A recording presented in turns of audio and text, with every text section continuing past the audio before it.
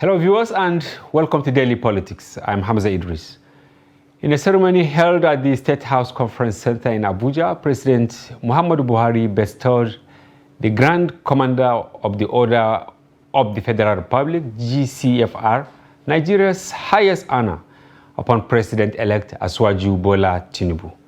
Additionally, the President awarded the national honor of the Grand Commander of the Order of the Niger, GCON, to Vice President-elect Senator Kashim Shettima. This event, which also included official handover of transition documents, took place on Thursday morning. Notably, Nigeria's upcoming 2023 presidential inauguration will mark the country's 7th consecutive democratic transition. Elsewhere, the Federal Executive Council on Wednesday approved contracts to boost power supply in various parts of the country. This, according to the Minister of Power, Abubakar Aliyu, includes supply and installation of 33 kV substation equipment at Daura Emirate, Katsina State, awarded to Power Deal Construction Limited in the sum of 4 billion naira. He said the council approved the award of the contract for engineering, procurement, construction, and the financing of the implementation of 330 kV and 132 kV line transmission lines and 33 kV, 11 kV, and 400 PE distribution lines projects under Phase 1 of the Presidential Power Initiatives in favor of 2 contractors for $581.6 million, inclusive of 7.5% at the prevailing exchange rate, with period of completion 36 months, as indicated. Also in Kano, the largest city in northern part of Nigeria, so many things are happening as the NNPP, the Concourse Party, gears towards taking over power from the APC, which actually led the state for 8 years. And to discuss these issues and more, we are joined by Senator Rufia Hanga, who is going to represent Kano Central in the 10th Senate. And he joins us from Kano to have discussion with him. Distinguished Senator, you are welcome to the program. Thank you very much. Yes, of course, so many things to discuss about Kano, but I think we have to discuss some of the things that happened in Abuja on Wednesday and today, starting with the award of GCFR on President Tinubu, President-elect Amin, and then Vice President-elect Shettima. Well, how did you see this? Maybe it's clearing the course, right, for formal handing over of power? Well, indeed, yes, it is clearing the course for handing over. But, you know, it is traditional. It has happened all through.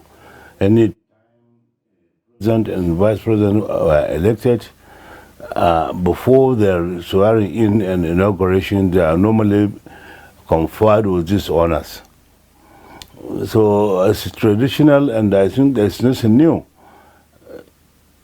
And which is okay. The only thing is we hope to have a very smooth transition, yes, and handover.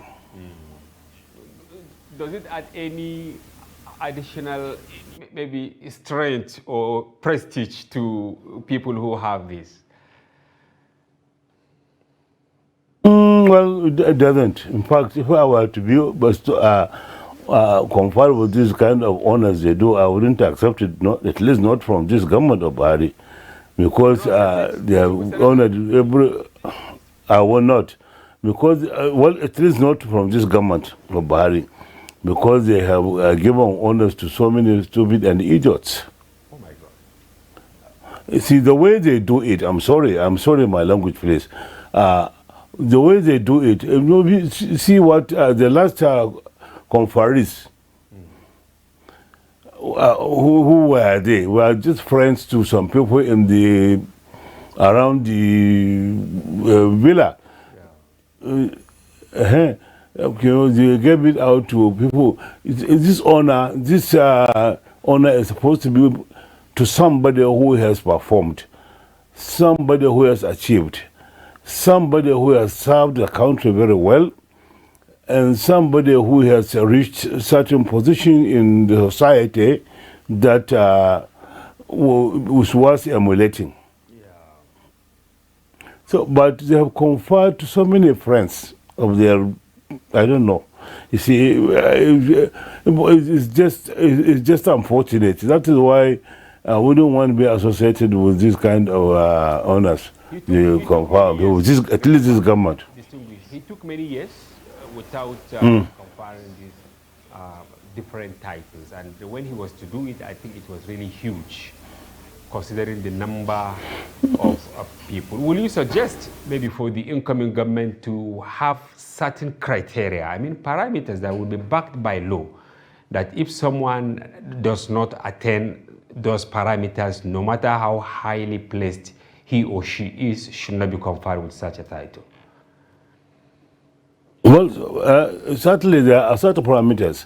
You can't have something like this without conditions and parameters and procedures to do it. It's just that the going government is like that. They do things offhand. You see, they don't go by the rules. They don't respect the rule of law. I have evidence for that. You see, there are rules. I'm sure the incoming government will not do that. The previous governments did not do that. And this is a fact. Yes.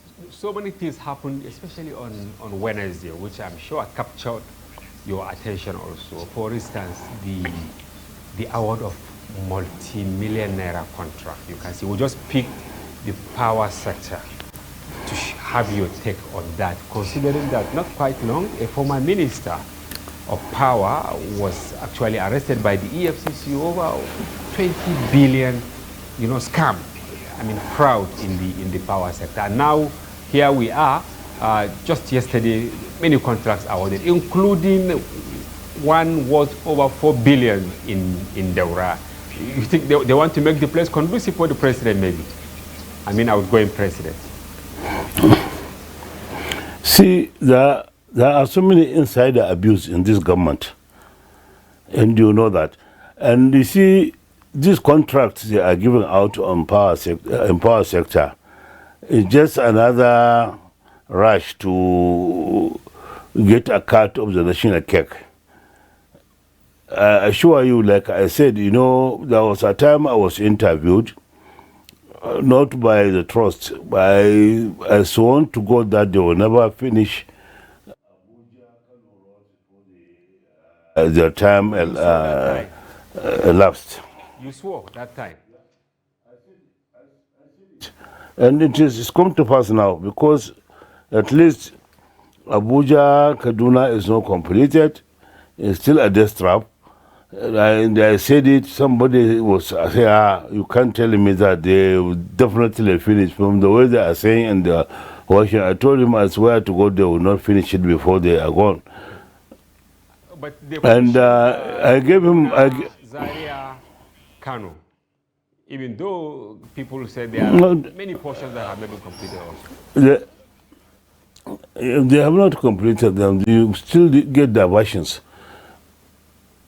And you see, the project is Abuja, Kano.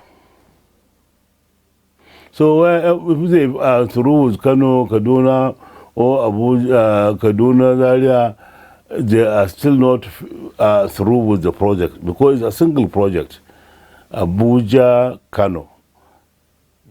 And I said it, they will never finish it before their time is over. And it has come to pass now. So this contract they are giving out is another rush to do what was done, because Buhari's government, you can do whatever you want and go away with it, because Buhari has no clue as to what is happening. You mean he's whatever he's only signing the document saying, okay, go ahead with it, especially the last minute rush? He's not anything they bring to him.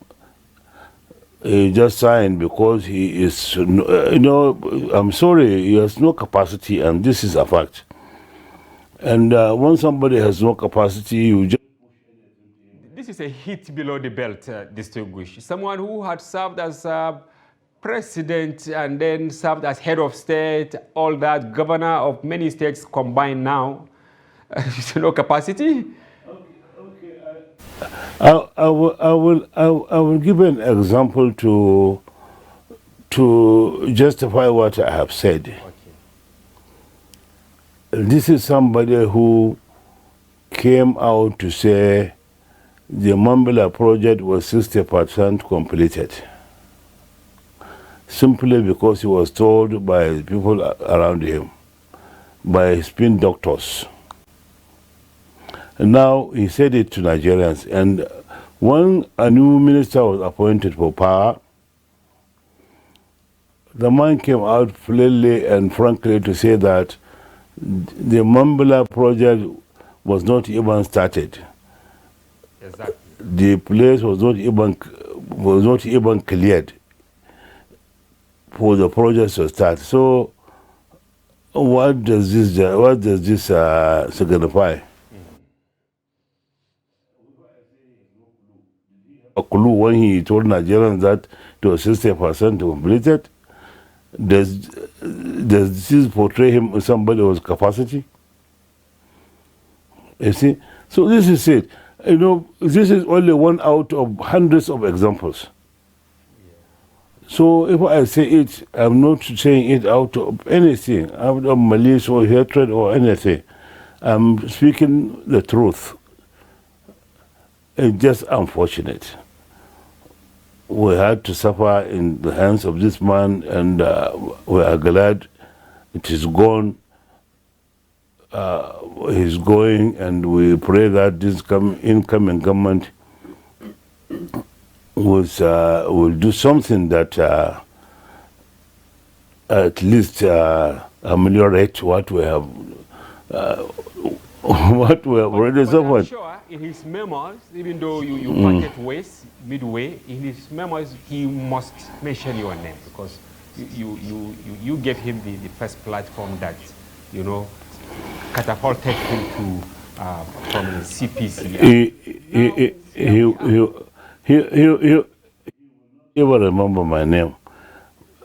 You see, there are people who knew him and dealt with him either long before me or around the time I knew him. They are always complaining about this man never knows the word thank you, no matter what you do to him. I don't want to say the harsh word of that is an ingrate, and that is what some of them are saying. This man is an ingrate. No matter what you do to him, I will very much apologize. They will say whatever you do to him, he always takes you to be his birthright. He never says thank you. You know, it's just you are just created for you to serve him or to do that thing for him. That is why throughout up till today, the only people he listens to are people that are very good in massaging his ego. And I know of one who has just recently said that who is close to him. Nobody is close to him like him except his blood relations. And he is true the truth, because he is a man who can massage his ego. Who is that? And I was a witness to it. Eh? The Minister of Aviation, Adi Zureka, you know, who are together with him. Yes. Nobody in this world can message Buhari's ego like him. So whatever he takes to Buhari, he's gone. He too, they promised that Nigeria Airways will take off before they go. Yes. They spend billions of naira for the logo of the Nigeria Airways. They spent billions to many things. Anyway, we have the record. There's no need for me mentioning all this. This is what happened. And if this man has capacity, things would not have happened the way they happened. But he assured that and let me tell you again, the first flight will be in Nigeria on Friday. You still doubt what he said? No, they said many things and never happened. They are shameless. They said so many things, and they never came to be. So it's not a new story. It's not a news now. You see, during the time we were going scouting, hunting for people to come and assist us, market Buhari, there were people I met personally. One of them said, no way, this man is an ingrate, doing wasting my time with this man. But later on, these people are the cabal. Oh, that same man. The same man, he came to Buhari, he was a governor, he served for 2 terms.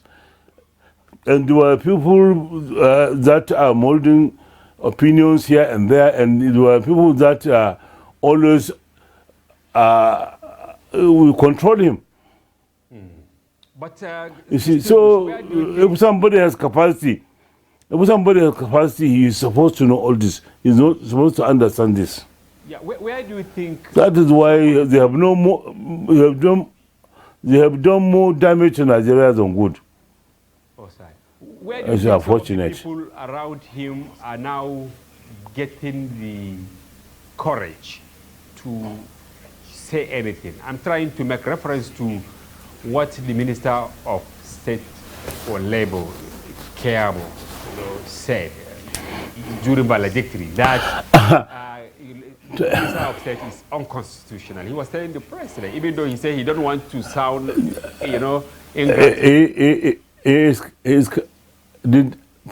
see, can see the president did not respond to that. It's a fact. And I commend his courage by Keyamo for saying that. Yes. But because others are going to talk, but after they are gone, there are governors who will speak about, who will speak the truth, that you refuse to speak now. There are many people around the government who will come, because these people are sycophants. They will come to talk now in an effort to clear themselves, to show to Nigerians that they are clean, that it was not their doing, that they had nothing to do when things were done wrong. There was nothing they could do about it. But it's a lie. Nobody is stupid. Now, do you think maybe the incoming president, Tinubu, of course you are of NNPP, different political party, president-elect, APC, do you think maybe he will take a clue from what Keyamo said and probably abolish this issue of Minister of State? Or he is going to carry on from where outgoing president will actually put? No, but I'm not sure. But what Keyamo says was, it was not in any law that you have a Minister of State. But he did not say that it's unlawful to have Minister of State. You understand? Yeah. You can appoint anybody and give him any name. That is my argument, because the president has the prerogative to appoint anybody and give him any portfolio to help him. You see, so that the Constitution says you have minister in every state. You can't have less than 36 or 37 ministers. But if he deems it fit and necessary, he can appoint 50 ministers. Meaning he must create give them any name. He will have to create more ministries. He is to give cabinet ministers to each. He can do that. It's his prerogative, because there were ministers before, and some were merged, some were this kind of thing.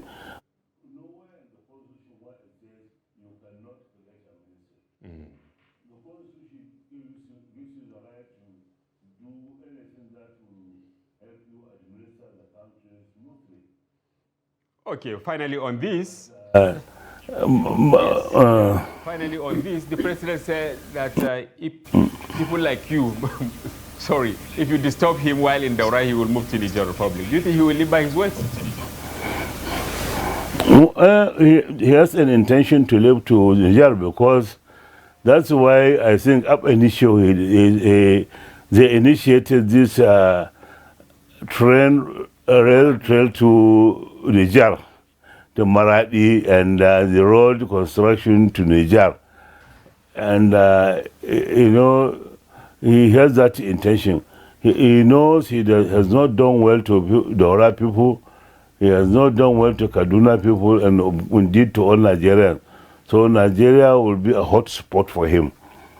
But we reported so he has started reporters to Daura. We discovered that the town was agog at the time of the visit. Even the emir planning a grand dawa to receive the president. They said he has done a lot. Yeah, because you know of Nigerians' hypocrisy, sacrifice and what have you. You see, there are a lot of either civil servants or these political appointees that go and loot. When they come back home, they are all held. And when people sit aside, they will say, "Look at this thief. He has stolen money and do this." So you know this all hypocrisy. And certainly, you know, it is a fact. It happens. Yeah. And from the side, people will talk negatively, and from in your presence, they will hail you and do this. Because after all, money will come for all these celebrations. Everybody will want to have a field day because certainly his people or the government will send some money to them to prepare and arrange for all that. So they are happy that something is coming for them to have a field day. So finally on Buhari, how do you think Nigerians will remember him? But they will remember him with disappointment because there was never a time somebody was held and celebrated. There was never a time somebody was received with hopes that he will come to do miracle. And unfortunately, he is done the worst thing ever. We have never had a bad government like this one in this history of this country. No matter whatever, whoever says. And you know, you see, people are protecting him, talking, you know, but the moment, by the 30th of June, May.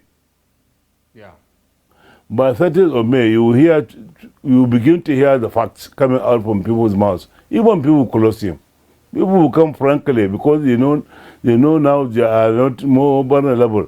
People like me, we believe in God. Nothing will happen to us except God wills it. That's why we speak the truth. But there are people who will never say it till after he is gone. When he is no longer, when he is a lame duck, that nothing will happen. I remember a year or two. So, yes, I remember a year or two or thereabout when the president, I think he granted an interview somewhere, I can't precisely remember, saying that when he leaves, anybody who attempts to mess him up, he will, I think, I'm paraphrasing, that he will mess that person up of sorts. You think we're waiting for that. He really live by his words? We're waiting. Wait and see. How can he mess up somebody? He has not messed up with people when he has the power to do it. How can he do it when the power is no longer there? The moment he leaves to Dora or wherever he wants to go, he's a goner. Wow. All right. I'm taking you to Paris now. A few weeks ago, the leader of the Concassia, Senator Rabiu Kwankwaso, met with President-elect Bola Tinubu. Were you private to the meeting? Well, I had little from the other side. I have not had an opportunity to sit with my leader to hear what transpired. I was with him when he came back on 2 or 3 occasions, but then there were crowds, there were a lot of people, and I was in a haste because I had a meeting, so I had to leave without having a private discussion with him. But I know whatever you must have discussed is good for Nigeria, good for us, good for everybody. Meaning you are in tune with the meeting. Because you really, it wasn't a surprise to you, the meeting? No. Not at all. I'm not surprised, and Why? I have no quarrel. I have nothing against it. Because I know, one, I happen to know Aswaju, and we have been in the same camp, myself, Konkoso, and him, since early 90s. We were in the National Assembly together when Konkoso was our Deputy Speaker of the House of Reps. Okay. And Swaju was a senator. We were both in the same camp in SDP. We belonged to Adwa group. Okay. And thereafter, the cordial relationship between all of us. We have been interacting with Aswaju, Konkoso, and so on. And so I have known them very well. Konkoso is a friend, a brother, and my leader. I have known him more than 50 years ago. More than 50? More than 50 years ago, since when he was in primary school. Wow.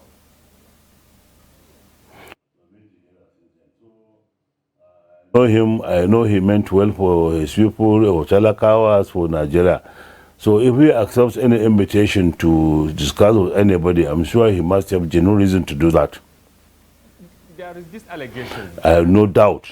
There is this allegation, Senator, that I asked you this question, I think, some time ago, that Konkoso knew that he would not win the presidency.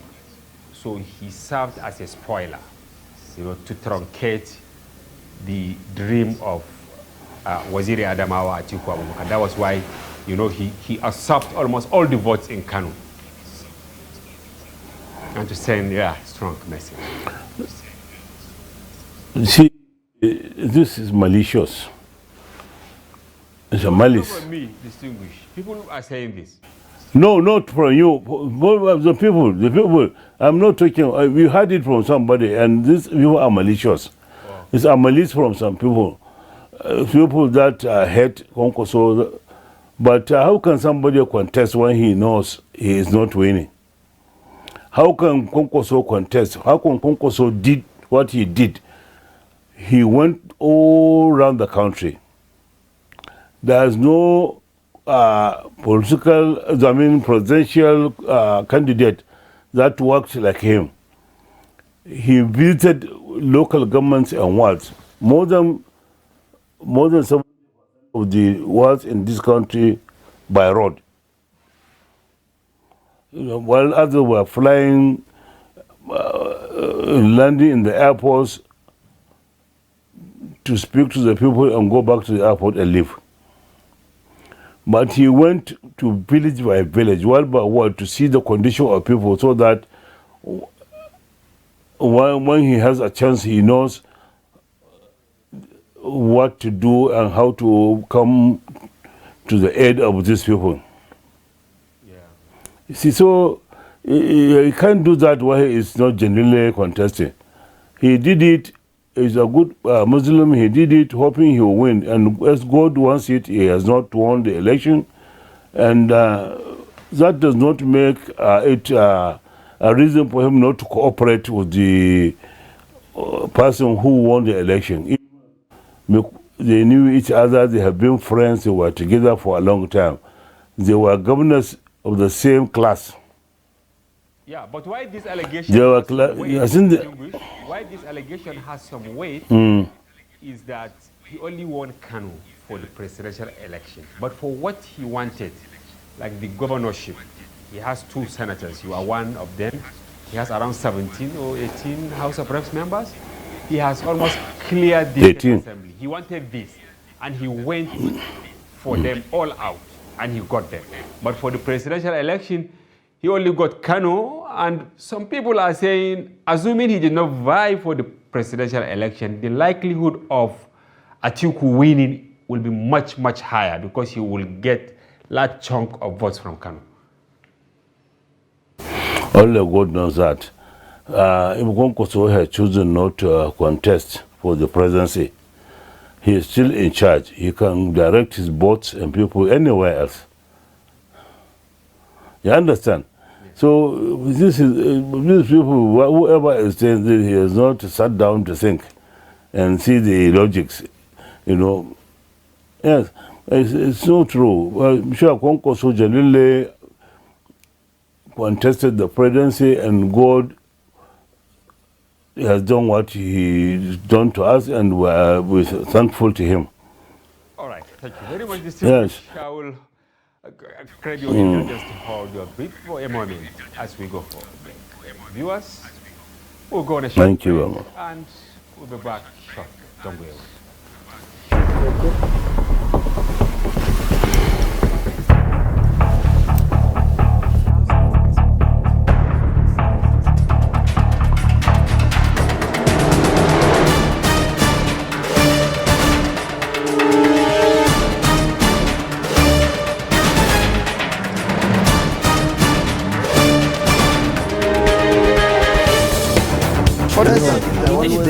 That's great. It's good to see you.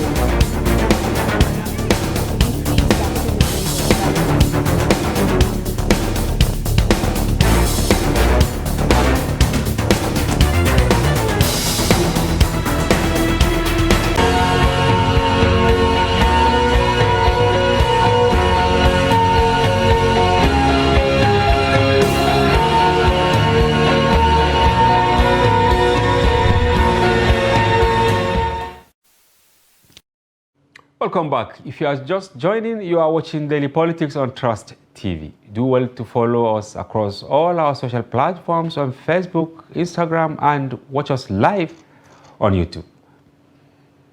We still have Senator Rufia Hanga from our studio in Kano, who is to represent Kano Central Independent Assembly. Welcome back, Senator. Thank you very much. Yes. We heard that at the Paris meeting, Tinubu asked Konkoso to choose between education and agriculture. Which one will you recommend for him to take? Well, I'm not privy to the meeting, but if we were true, I'll ask him to choose education. Why? If we were true, because his Konkoso's name is Mr. Education, Mr. Education, Education, Education. You know, he has set a record on education, and if he is given a chance, I'm sure Nigeria will be different in educational sector, and I'm sure he will do as good. So because he has that passion for education. And meaning that's NNPP is open to maybe collaboration, government of national unity. You are open to that.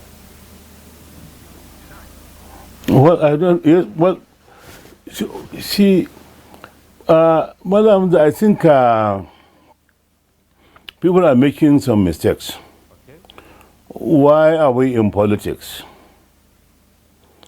To help our people to improve their well-being, to make sure we try and get people out of this sort of situation the present government put us. So if you have a chance to collaborate with anybody who will give us the opportunity to do something. If I were my boss, I would do it. He vied for presidency, and by the grace of God, God has given it to these people. And if they invite him and say, come, we want you to come and work with us, if it's true, anyway, I'm hearing it from the media now. If we are true, I will advise my boss, please accept it. But we can't. Okay. What do you advise him to do with the Kano Emirate debacle? Because he also met with former Emir. They met, and before they met, you know, in one of his interviews, he made mention that definitely he will advise Abba Yusuf to revisit the issue of the emirate, the new emirate created with the position of the former emir. What will you advise him to do as an elder? Well, anyway, I have not had that, and I don't want to go into something I have no facts. But he said it. I have not heard him say that. Okay, you didn't hear I didn't, and I have never discussed with him. I'm very close to him, but I have never discussed anything like that. And so, you see, I have no reason to begin to give my opinion on the television. But it appears yes, because I have had is up in arms to dislodge most of the decisions taken by the outgoing government. Don't you think? No. Who will No. The party or the incoming government are not all out to reverse or do anything against the previous or this government did. But there are some atrocities they did that nobody will allow it go. Like what and what? Like, in our hospitals, we have these power problems, and therefore generators were provided. Now, just few days ago, to be precise, on the 18th of this month, I think, they sold out the 2 generators in Nasarawa Hospital, leaving the hospital without any. And these generators are priced, they are, I think, the value of the generators are about 100 and maybe 60 million, because they are giant generators, but they were sold at 600,000 naira. Less than 1 million. Yes, 600,000 naira. So how would you allow this to? It's a fact. It's a fact. It was taken. It was carried away early in the morning. You see, so it had happened, and it's a fact. Now, that is one. 2, there is government properties. Sorry, there are government properties, Abuja, Kaduna, Lagos, where some of the property were sold. A particular property valued at about 1.5 billion was sold. We don't know how much, but the actual amount paid into government coffers was 250 million. And a receipt was issued to the buyer of 250 million from the government. This thing was valued at more than 1.5 billion. So what do you do about that? And this is a government property. You see, you can't just do that. So these are some of the things that must be revisited. The person who bought it and the person who sold it are all thieves. So what you do is to pay the man his 250 million back and take over the property. If he has any claims, let him go to the people that collaborated with him to do the stealing. That is one. 2, there are, for example, when the government, there's a law which allows the government to take over your property for public good, for public project. If the government wants my house now, they can come and say, okay, you want hospital in this your house, so you have to move out. We'll give you another one or compensate you. They demolish it and build hospital. There's nothing I can do. There's a law which allows that. But if there is a government school or property for hospital, you just can't come and push people out of that school and sell it to your son or daughter or to your cronies. Have they done that? You have evidence? They have done that with Daula. Daula Hotel was a hospitality school that was moved from the Bagauda. When the law school was located to Bagauda, they were moved to Daula. It is a campus of the University of Technology, Udil, I think, or Metropolitan University. It's like a faculty of hospitality and what do you call it, tourism and hospitality. It's a school with students and everything in the campus. He sold it out to his son. To his son, allegedly. Allegedly, to come out, you will see. Okay. He sold it out to his son and at a very throwaway price, and the school was closed. How can you do that?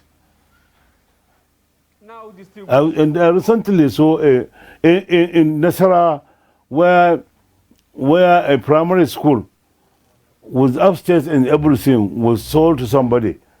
Primary school. And the man is there carving it out, including, yes, he was carving it out, including the classes to his house. It is viral. It has gone viral. So these kind of things, how would you say it won't be revisited? Okay, you are taking over You see, but other, you are taking over in the Senate from Malay Branch, who had been there for quite a while. Even though you've been there long ago, you are coming back.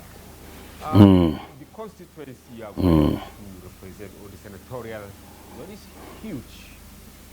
What should the people expect from you? Because we have the Sara Suka, we have lack of jobs for the youth and all that. It's really a big problem. How are you going to approach it? What is the message for your constituency? I've been relaying the message. Even yesterday night, when I arrived from Abuja, I went straight to Freedom Radio for this kind of program because they have been calling, inviting me to come and have a chat with me. I have a lot to offer to my constituency. Where it is my responsibility, I will do. Where it is government responsibility, I will be in the forefront to go to the government and politely request for their assistance in this field or that. Besides, our governor has a very, very good blueprint, and I'm sure he is sincere and a very nice person, very hardworking. He means well to the people and he will do a lot. But where there is necessity, I will go and solicit for his assistance. But I'll do my best on education. Because see, no senator, I have never seen any senator coming out with a blueprint. I came out with a blueprint of mine.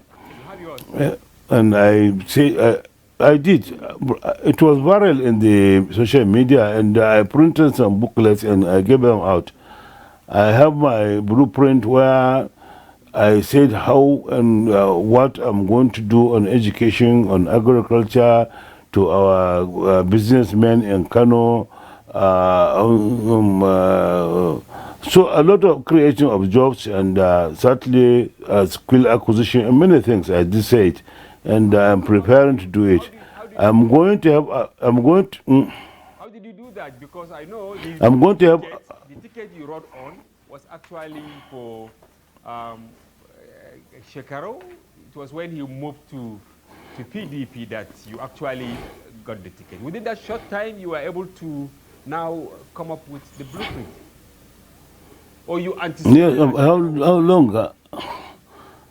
No, how long would it take for one to sit down and sit down to iron out what he wants to do to his people while you are living with them? You know what worries them. You know what is troubling your people, and you know some solutions to some of these problems. So naturally, we'll sit down and come up with things to do for this your people. I have done it, and I'm going to have a very functional constituency office. Yes, I'm going to have, yes, by the grace of God, I will have a very functional office where I will have all my staff there, all departments, and we'll cater for all these things. In fact, let me tell you something. I have started, even before I'm sworn in, on my own. I had a medical reach out for 1,005 people. Wow, in Kano. Okay. And that is and fine. and the 90 and But, yes, and I have trained what about this allegation? that. Yeah, okay, I've heard about the constituency project and all that. What about this allegation that many of the young people that you people supported to win the state assembly election, to win the House of Reps and all that, might not likely remain in NNP, that they will actually melt into APC and things like that. Is that correct? You mean in Kano? In Kano? Yes, those who won. Or in Nigeria? How can they go to APC when there is no APC government in Kano? That would be stupid to do. You know, you have the government, you are part of the government, you have won an election under the government, and you move to a party that is non-existent in your domain. You understand? That one, whoever created this has not thought well about it. Yeah, and the Electoral Act, you know, it has also made a provision for candidates not to defect after winning in a certain political party. Yeah. Unless there is problem, and the problem at the national level, not state level.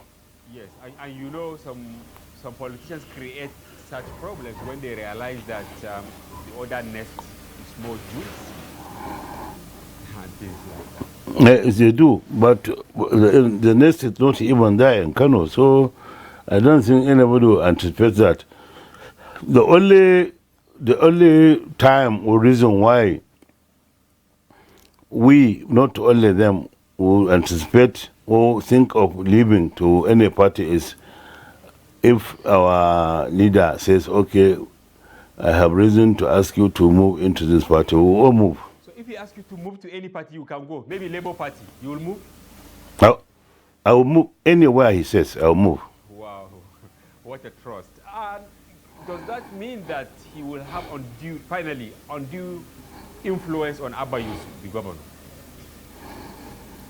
No, he won't have any undue influence. No, not undue influence. Abba is a very nice man, a very good man. I'm sure Abba will listen to his advice like he will listen to my advice. So you believe that he will have a administration? But I hope so and I pray so.